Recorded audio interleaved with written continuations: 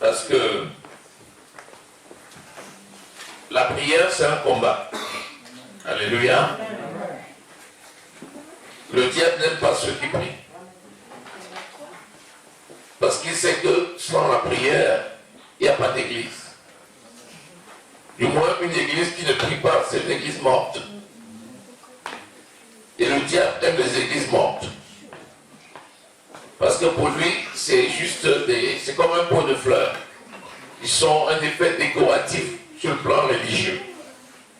Mais ceux qui prient et qui peuvent secouer le royaume de Satan, le diable n'aime pas. Donc nous allons prier aujourd'hui et nous allons prier efficacement. La dernière fois, nous avions déjà vu un peu comment se mettre dans une position, connaître qui nous sommes pour prier. Cette fois-ci, nous allons voir la position de victoire. Alléluia. Seigneur Dieu de toute grâce, Dieu de toute miséricorde, Dieu de toute bonté, nous te disons merci pour cet instant de gloire. Merci pour cette grâce que tu nous as faite d'être réunis dans ta maison pour prier. Tu dis quelqu'un était dans la souffrance qu'il prie. Oui Seigneur, tu cherches quelqu'un qui se met dans la brèche et qui intercède. Et voici ton peuple a répondu présent ce jour. Tu agis par une personne, qu'en est-il par plusieurs personnes? Ta gloire est manifestée au milieu de nous au nom de Jésus. Donne à nous, chacun d'entre nous, la révélation de la personne que nous sommes et de la position que nous occupons, afin que dans cette position de victoire, nous puissions arracher les meilleurs fruits et manger et jouir des meilleurs fruits du pays au nom de Jésus. Seigneur, je te remets chacun ici présent. Je sais que ta parole est manifeste, parce que tu es le Dieu de toute gloire qui touche les cœurs. Je sais que tu agis puissamment dans les cœurs de chacun au milieu de nous, au nom de Jésus. Et que tu nous disposes, Seigneur, à écouter tout ce que nous dit l'Esprit, pour marcher de victoire en victoire, au nom de Jésus. Seigneur, tu es fidèle dans tes voies, et je sais que tu veilles sur ta parole pour l'accomplir. Que ton nom soit glorifié. Dans le nom précieux du Seigneur Jésus-Christ, nous avons prié. Amen. Amen. Donc nous allons parler de la position de victoire. Alléluia. Nous allons lire Éphésiens au chapitre 1.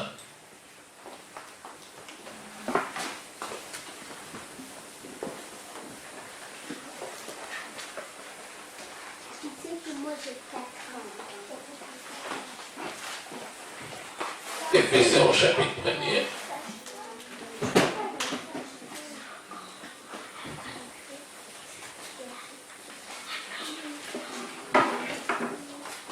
Je veux lire.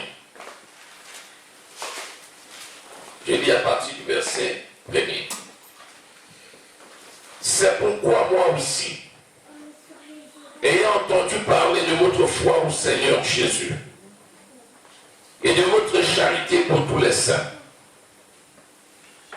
je ne cesse de rendre grâce pour vous,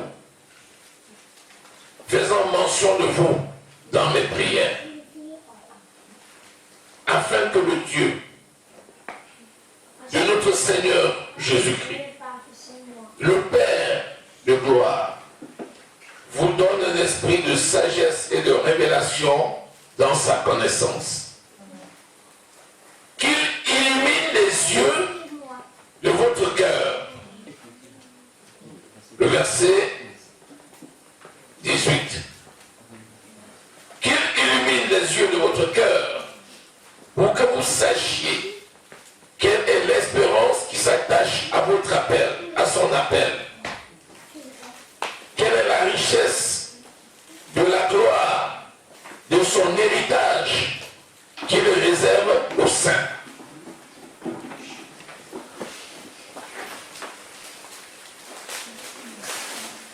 Et quelle est envers nous qui croyons l'infinie grandeur de sa puissance, se manifestant avec efficacité par la vertu de sa force.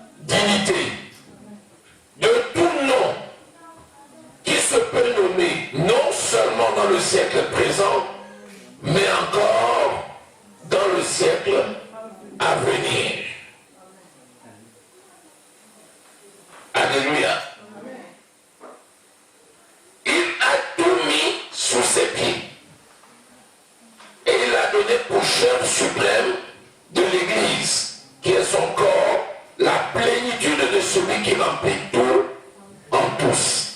Alléluia. Là, on nous montre la position de celui qui nous a donné la victoire, Christ. L'endroit où il est. Il est à la place de la puissance. Alléluia. Bien. Ils ont Ephésiens 2, verset 6.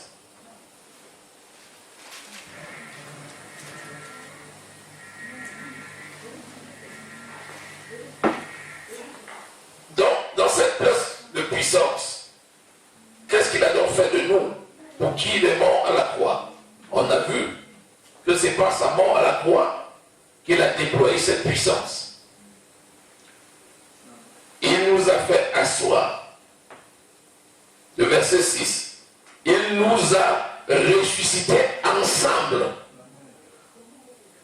Il nous a fait asseoir ensemble dans les lieux célestes en Jésus-Christ. Ça veut dire que Christ est dans la position de puissance avec nous. C'est-à-dire tous ceux qui ont cru au Seigneur Jésus, ils ont été transportés du royaume des ténèbres dans le royaume du Fils de son amour. À la place de puissance, à la droite de Dieu le Père. Et il dit, il est avec nous. C'est pour ça que il est à une place. Il est à une place. Il est assis à une place. Cette place, c'est la place de puissance. Et il nous a pris avec lui dans cette place. C'est pour ça qu'il dit, si quelqu'un est en Christ, Christ, c'est un lieu. Donc nous sommes dans un lieu de puissance, de victoire en Christ. Alléluia. Qu'est-ce que ça veut dire? Ça veut dire que de prime abord, nous sommes destinés à une victoire absolue. Parce que dans ce lieu-là, nous ne pouvons pas être vaincus. Bien. Donc voilà la position dans laquelle nous devons d'abord demeurer. Lisons Actes au chapitre 3, versets 19 et 20. La question qu'on peut se poser, c'est, nous qui avons été transportés dans ce lieu qui est un lieu de puissance, qu'est-ce qui peut donc faire que nous ne marchions pas dans notre héritage, puisque c'est la volonté de Dieu? Il nous a déjà mis dans une position de puissance. Il vient de dire, on vient de lire, qu'il nous a mis loin au-dessus de toute autorité, de toute domination. Ça veut dire que le seul moyen pour qu'une autorité ou une domination devienne pour nous un obstacle, il faut que nous soyons déplacés de cette position pour nous mettre dans une autre position qui soit une position vulnérable. Sinon, pour le Seigneur, il nous a déjà mis dans une position de victoire. La Bible dit que Christ, par sa mort à la croix, a livré un spectacle Satan. Il a livré publiquement un spectacle par la mort à la croix. Donc, il nous a donné une victoire qui est telle que, selon le Seigneur, il n'est pas possible que l'ennemi puisse nous renverser. Donc, s'il arrive que nous ne puissions pas marcher dans cet héritage, l'une des explications les plus plausibles, c'est les plus courantes d'ailleurs, c'est le changement de position. Et c'est pourquoi on va régler un curseur.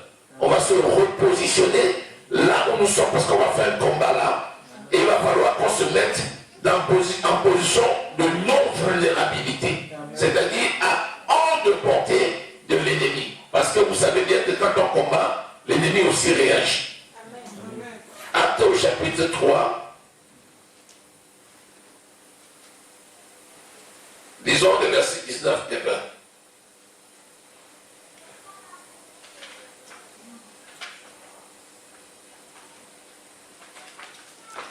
Il dit, répentez-vous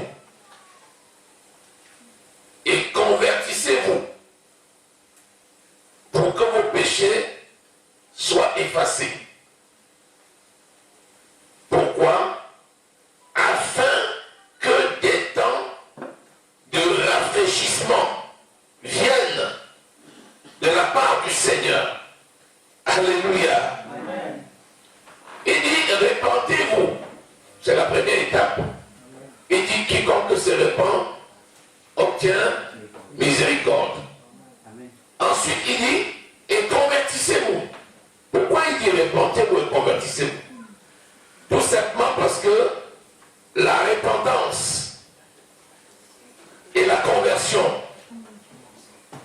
sont des étapes différentes.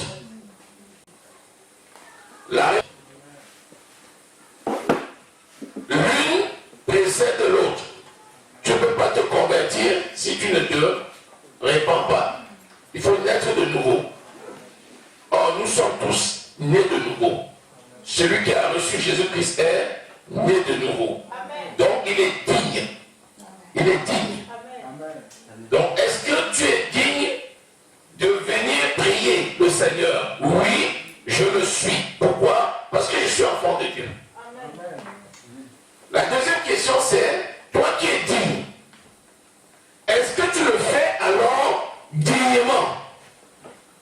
Et c'est là où toute la nuance est prise en compte, doit être prise en compte.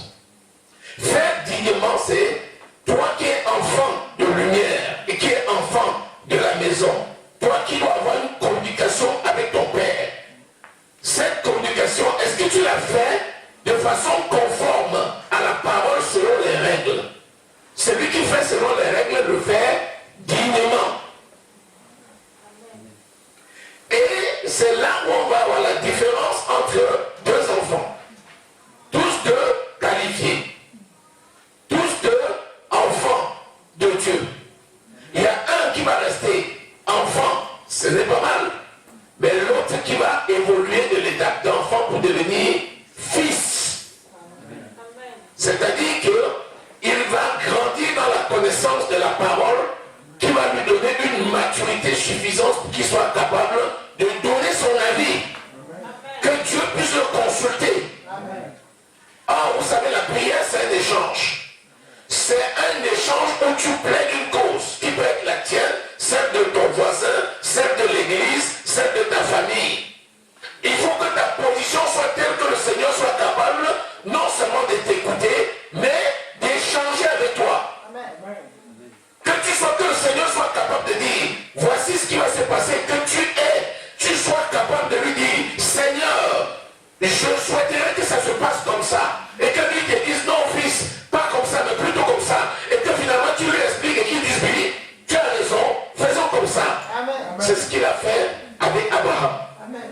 Donc, tu dois passer de l'étape de fils, d'enfant tout court, à l'étape de fils. Christ était le fils unique. Et il a fait de nous des fils d'adoption. Alléluia. Amen. Bien. Donc, c'est le caractère de la dignité. Maintenant, qui est celui qui fait dignement? Celui qui fait dignement, c'est celui qui, une fois qu'il a cru, parce que quand tu as confessé ta foi en Christ, tu es né de nouveau. Tous ceux qui ont confessé leur foi en Christ et qui ont reçu Jésus dans le cœur et qui l'ont exprimé, ils sont nés de nouveau. Mais dans ta position d'enfant né de nouveau, tu as besoin maintenant de changer. Parce que le jour que tu nais de nouveau, il est impossible que tu connaisses tout. Tu es encore bébé. C'est pour ça qu'on dit les bébés spirituels. Ce que le Seigneur attend maintenant, c'est que tu amorces maintenant ta phase de croissance. Et c'est ça qu'on appelle la conversion. La conversion, c'est la croissance d'un enfant né de nouveau. Il amorce sa croissance et on le voit grandir. Au début, il rampe, ensuite, il va se tenir debout, il va vaciller, puis il va trouver l'équilibre, il va faire un pas, deux pas, il va tomber, puis il va se relever, puis après, un pas, deux pas, trois pas, quatre pas, finalement il va marcher, et après il va courir. Donc, quelqu'un qui est converti, c'est quelqu'un qui, lorsqu'il est venu au Seigneur, tu sais, le Seigneur prend tous ceux qui viennent. Et c'est ça la différence entre Dieu et les hommes, et le diable même.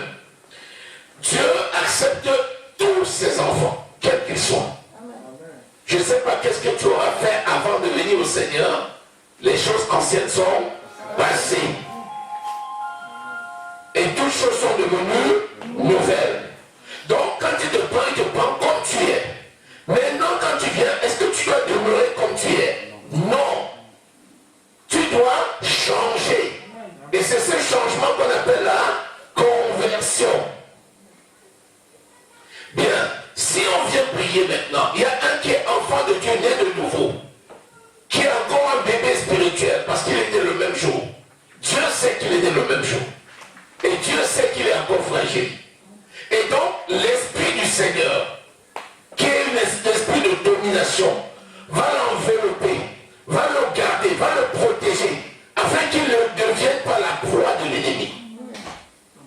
Celui qui est né depuis un certain temps et qui demeure enfant après 2 ans, 3 ans, 4 ans, ce n'est plus dans la volonté de Dieu.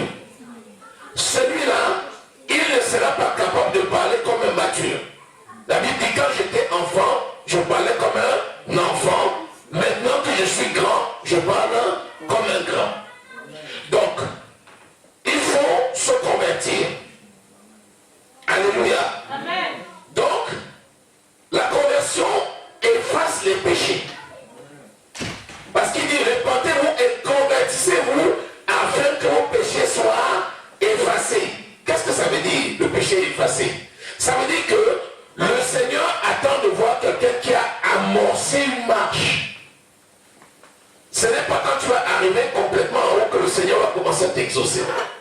Il t'a exaucé même depuis que tu es né de nouveau. Maintenant, il attend qu'au fur et à mesure que tu te redresses et que tu marches, que toi, tu puisses, avec la connaissance que tu as et le changement dans ta vie, que toi aussi tu marches avec lui dans ton héritage. Amen. Et c'est comme ça que ta prière sera la prière d'un mature. Alors que le bébé, c'est la prière d'un bébé. Papa, donne-moi le gâteau. Papa, donne-moi de l'eau. Papa, achète-moi le jus. Papa, donne-moi le bonbon. Papa, ça c'est la prière d'un bébé né de nouveau. Et le Seigneur agrée cette prière-là.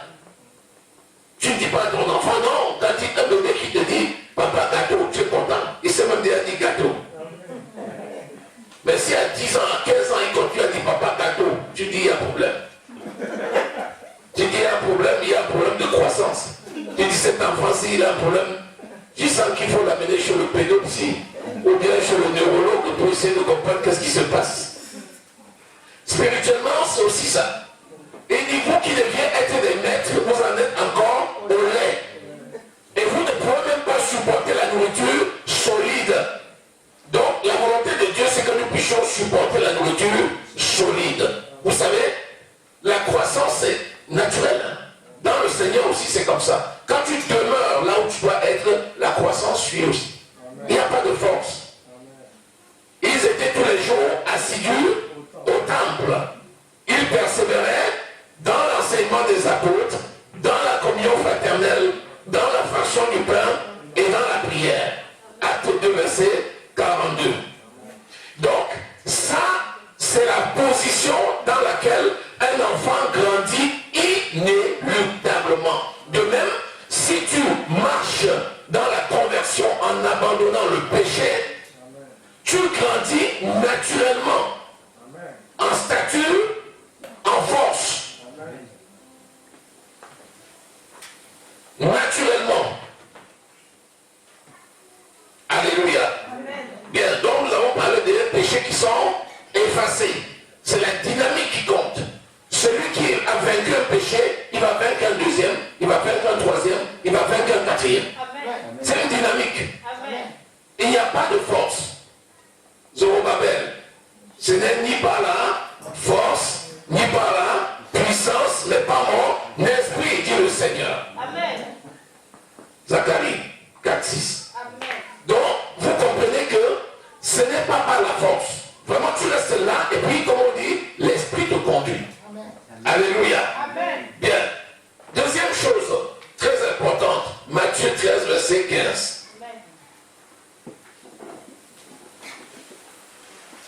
Matthieu 13, le verset 15. Nous allons voir que la conversion aussi va produire la guérison. Il dit, car ce peuple est devenu insensible, ils ont endurci leurs oreilles, ils ont fermé leurs yeux, de peur qu'ils ne voient de leurs yeux, qu'ils n'entendent de leurs oreilles,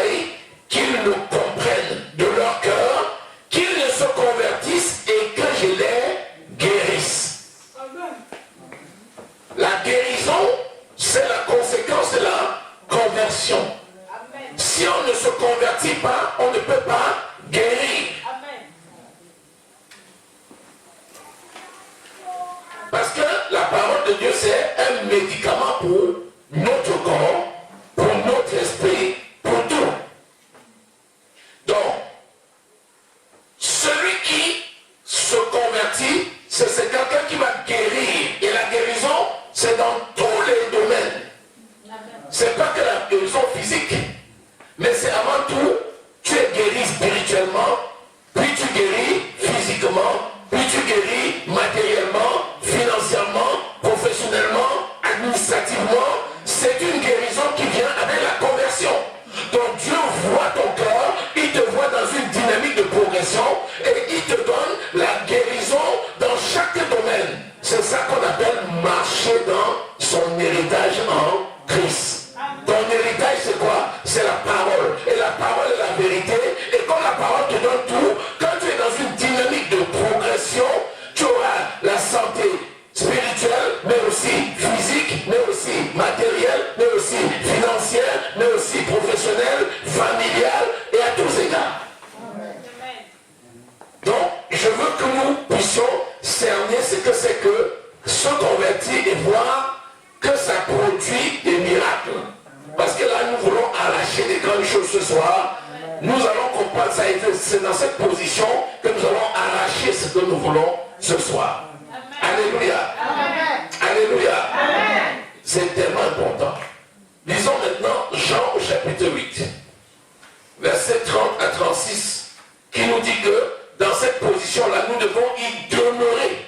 Vous savez, ce que Dieu a fait de formidable, c'est qu'il nous a laissé le libre arbitre. Et il nous a laissé la capacité de nous mouvoir. Nous pouvons nous mouvoir dans un sens, comme nous pouvons nous mouvoir dans un autre. Ce qu'il a fait, c'est que quand nous avons cru, comme nous n'avions pas de force humaine pour pouvoir passer des ténèbres à son admirable lumière, par le Saint-Esprit, il nous a catapultés. Amen. Il nous a catapultés. C'est-à-dire, tu n'as pas de force, il dit, je vais te donner une énergie cinétique de départ, je vais te mettre dans la position de victoire. Le Saint-Esprit nous a transporté des ténèbres. Tu t'imagines? Certains étaient dans la prostitution, d'autres étaient dans le mensonge, d'autres étaient les bandits de grands chemins, d'autres étaient de toutes sortes de personnes on trouve. Dans cette situation-là, tu ne peux pas par tes forces. La Bible dit que ce n'est pas la grâce que nous sommes sauvés. Donc qu'est-ce que l'Esprit a fait? L'Esprit nous a transportés. Et il nous a posés dans le royaume du Fils de son amour. Maintenant, l'Esprit de Dieu qui est en nous, nous donne la capacité de nous mouvoir. Sa volonté, c'est que nous allions de l'avant. Mais nous pouvons aussi reculer. Ça, c'est notre volonté. Et nous avons la capacité d'avancer, mais la capacité aussi de reculer. Mais reculer, ce n'est pas la volonté de Dieu. Mais nous sommes libres. C'est pour ça qu'il y a des apostates. Il y a des gens qui viennent dans la foi, après ils se retirent de la foi. Parce qu'il y a la liberté. Mais ce n'est pas la volonté. C'est pourquoi le Saint-Esprit parle inlassablement et encourage d'aller de l'avant.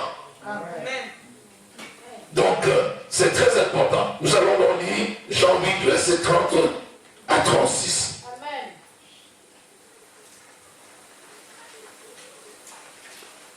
Amen. Alléluia. Amen. Jean 8.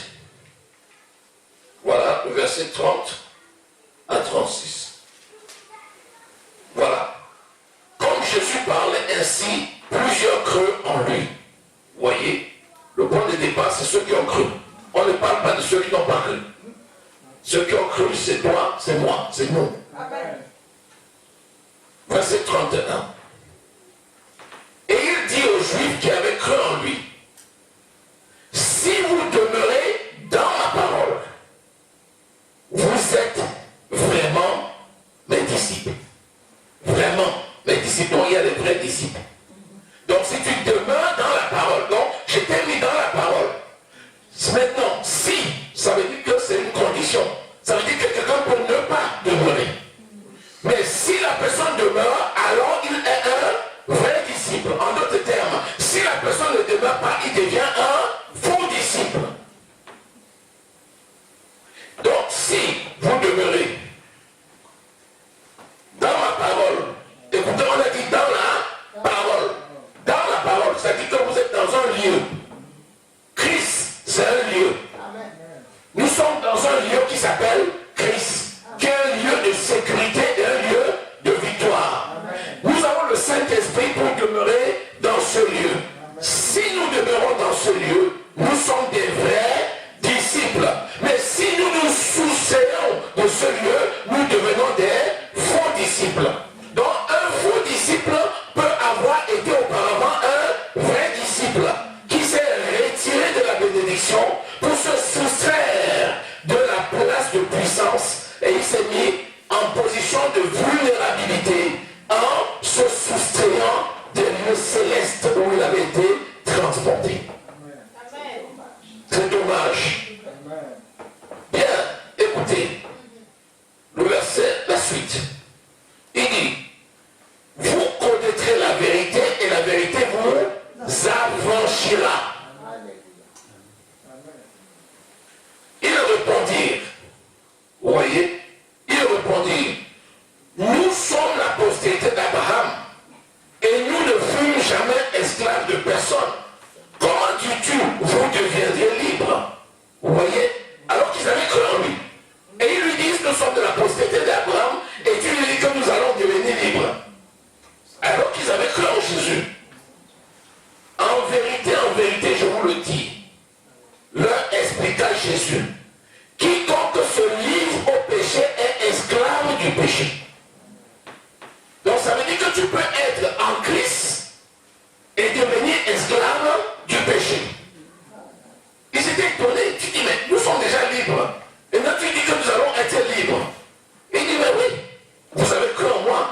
Mais si vous ne demeurez pas en moi, vous deviendrez des faux disciples. Et donc, vous deviendrez esclaves du péché. Donc, il vaut mieux demeurer en moi pour rester un vrai disciple et marcher dans ton héritage. Alors, l'esclave ne demeure pas toujours dans la maison. Le fils y demeure toujours. Donc, quand tu passes de l'étape d'enfant à l'étape de fils, tu ne peux plus sortir de la maison. Tu es toujours dans la maison. Alors que celui qui devient esclave du péché, un coup il est dans la maison, un coup il est dehors. C'est pour ça qu'il dit que l'esclave ne demeure pas toujours. Ça veut dire qu'il y a des moments où il est dans la maison et même des moments où il est dehors. Tu es enfant de Dieu et tu continues à vivre dans l'impudicité. Il y a des moments où toi-même l'esprit te dit qu'est-ce que tu fais? Tu dis oh, j'ai mal fait, j'ai mal fait. Tu te répands, tu viens ici même tu pleures. Tu dis c'est fini, j'ai terminé avec ça. En ce temps-là, tu es dans la maison. Parce qu'il voit ton cœur, et tu es même parfois sincère. Mais quand tu quittes ici, au lieu de rester sous l'onction de la parole, tu peux avoir d'autres camaraderies ou bien d'autres fréquentations qui font que ça te sort encore de ta décision et tu te retrouves encore dans l'impudicité. Et l'esprit te dit, mais qu'est-ce que tu fais? Tu te rends. Et tu te rappelles qu'il y a 2-3 jours, tu avais dit que tu avais fini avec ça. Tu vois, un coup tu es dans la maison et un coup tu es en dehors de la maison. Mais le Saint-Esprit qui est toujours patient, il continue à te dire, reviens, reste là, reste là. Jusqu'à ce que tu grandisses et tu deviens maintenant mature. Là tu es le fils. On dit le fils demeure toujours dans la maison. Alléluia. Donc aujourd'hui là, même si un coup tu étais devant et un coup tu étais dehors, aujourd'hui là, tout à l'heure on va commencer à prier. Vous savez c'est une histoire du cœur. Hein? C'est le cœur qui règle là. Tu règles seulement le curseur. Tu remets en mode efficacité. Pendant que je parle là, s'il y a un domaine quelconque de ta vie où tu as besoin de régler le curseur, au moment où je parle là, par la force que te donne l'esprit, la Bible dit que quand Pierre parlait, l'onction descendit sur ceux qui écoutaient la parole. Donc quand l'esprit te parle, tu règles le curseur. Immédiatement, ce n'est pas une histoire des jours. Hein. C'est immédiatement, tu règles ton curseur. Tu te mets en position on. Tu es là, prêt à en découdre. Alléluia. Yes, on a un menu concocté là qui est consistant. On va déplacer les montagnes. Alléluia. Béni soit le Seigneur. On acclame le Seigneur. Acclame le Seigneur.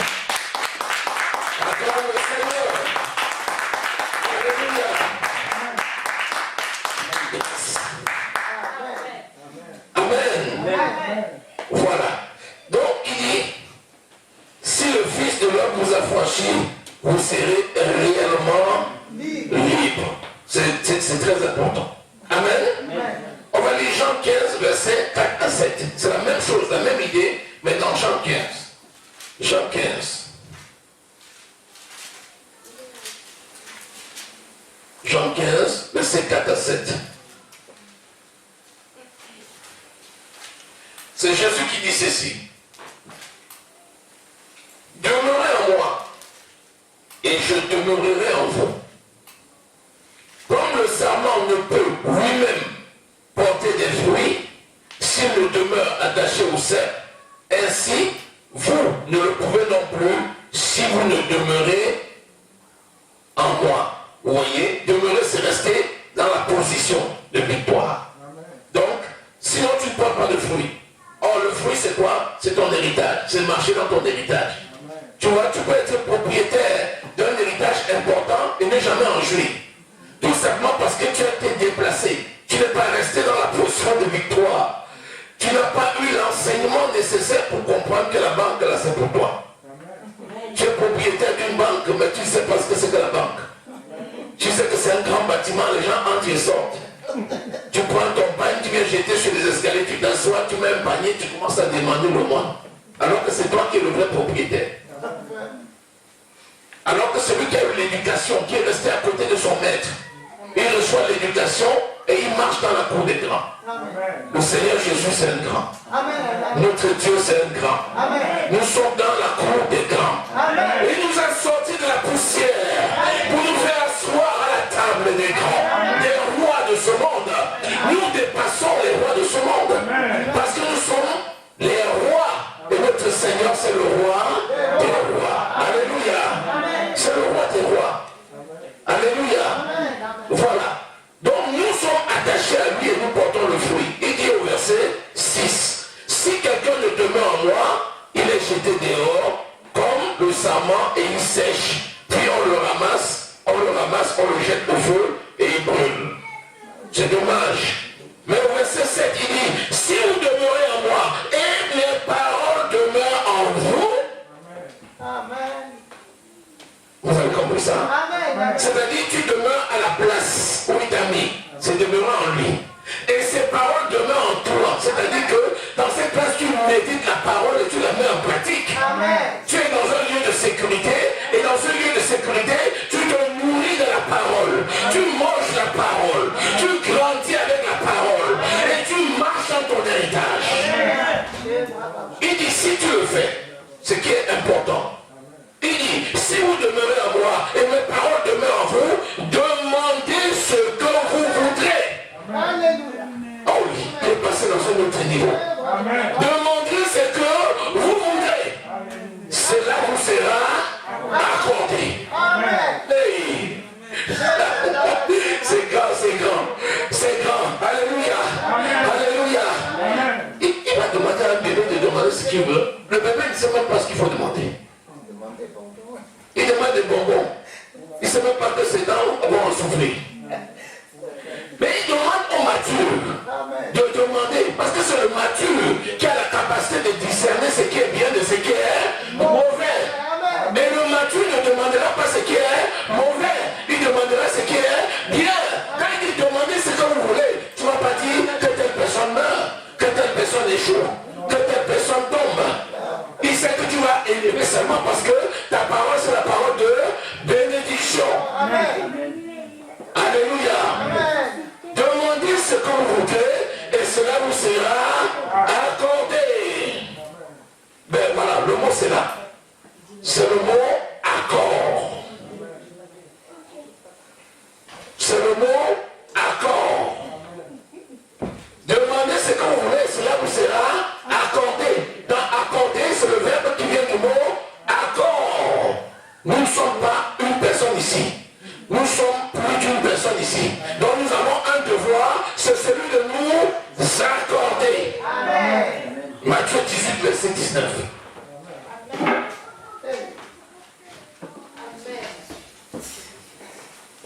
Matthieu 18, verset 19. Alléluia. Amen. Alléluia.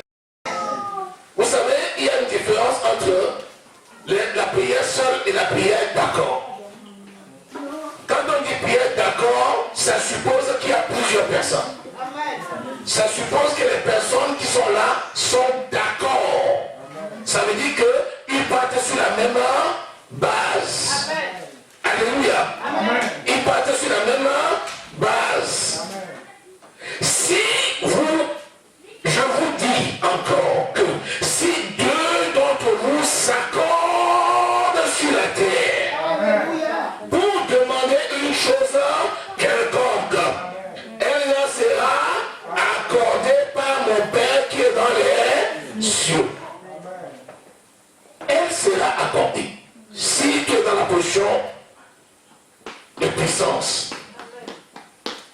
Est-ce que tu es dans la position de puissance? Si tu es dans la position de puissance, acclame le Seigneur.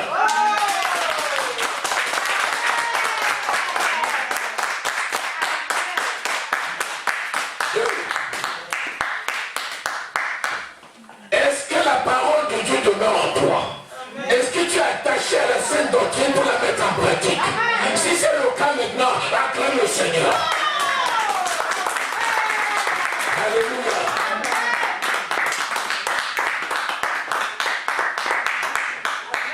Si deux personnes s'accordent pour demander quelque chose, deux personnes sur la terre, on n'a pas dit au ciel, parce que si c'est au ciel, tu vas dire, ah, c'est normal, là-bas il n'y a pas de péché.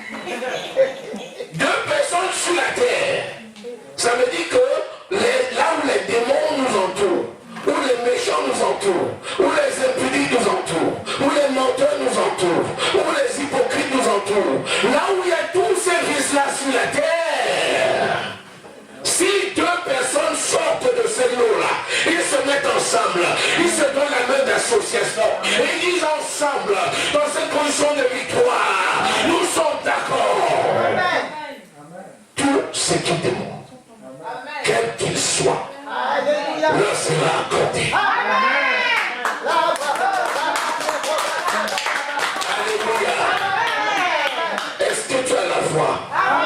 Est-ce que tu crois que cette parole, c'est la parole de Dieu? Est-ce que tu as saisi cette parole? Ce que vous demanderez avec foi vous sera accordé. Alléluia. Si tu es venu ce soir avec n'importe quel sujet, crois que tu as déjà la solution avec Jésus-Christ. Parce que tu auras répondu favorablement aux questions qui se seront posées. Tu es dans la position de victoire. Tu as la parole de Dieu en toi. Tu mets en pratique la parole de Dieu. Tu marches et les yeux fixés sur Jésus. Tu donnes la main d'association. Nous nous serrons les coudes. Et nous disons, Seigneur, nous voici. Tout ce que tu demandes aujourd'hui te sera accordé. Alléluia. Acclame très fort le Dieu. Merci Seigneur pour cette parole qui est libérée. Merci pour les cœurs qui sont changés. Merci pour la détermination. Merci pour la main d'association. Merci Seigneur pour ta grâce. Alléluia. Tu vas te lever, tu vas saluer ton frère. Tu vas lui donner la main d'association. Parce que dans ton cœur, tu as déjà